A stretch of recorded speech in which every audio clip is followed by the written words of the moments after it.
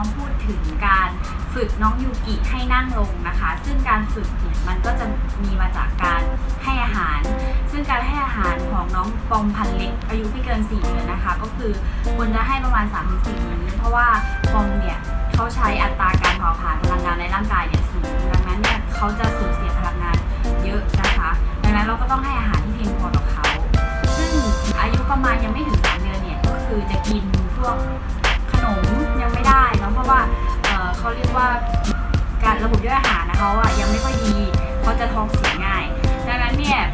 อะไรที่ใช้ฝึกเขาก็คืออาหารเม็ดที่เขากินนี่แหละแต่ว่าเราจะฝึกให้เป็นเวลาก็คือเราจะฝึกก่อนที่เขาจะกินข้าวในแต่ละมื้อ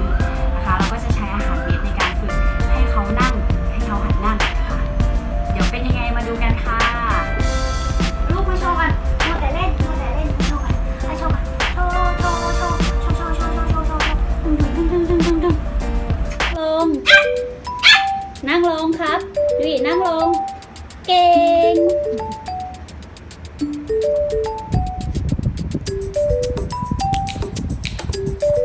นั่งลงดูดินั่งลงเก่ง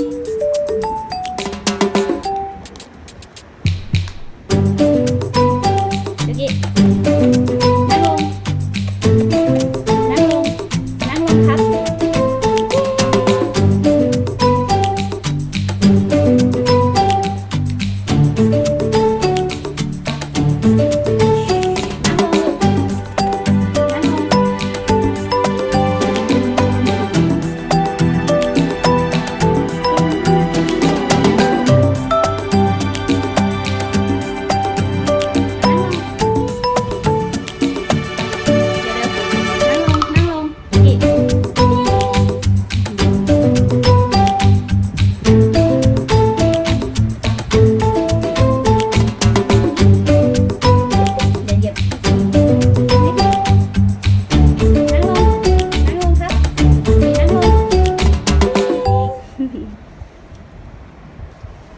เก่งที่สุดเลยคนเนี้ย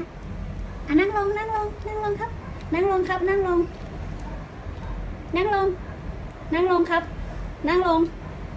เก่ง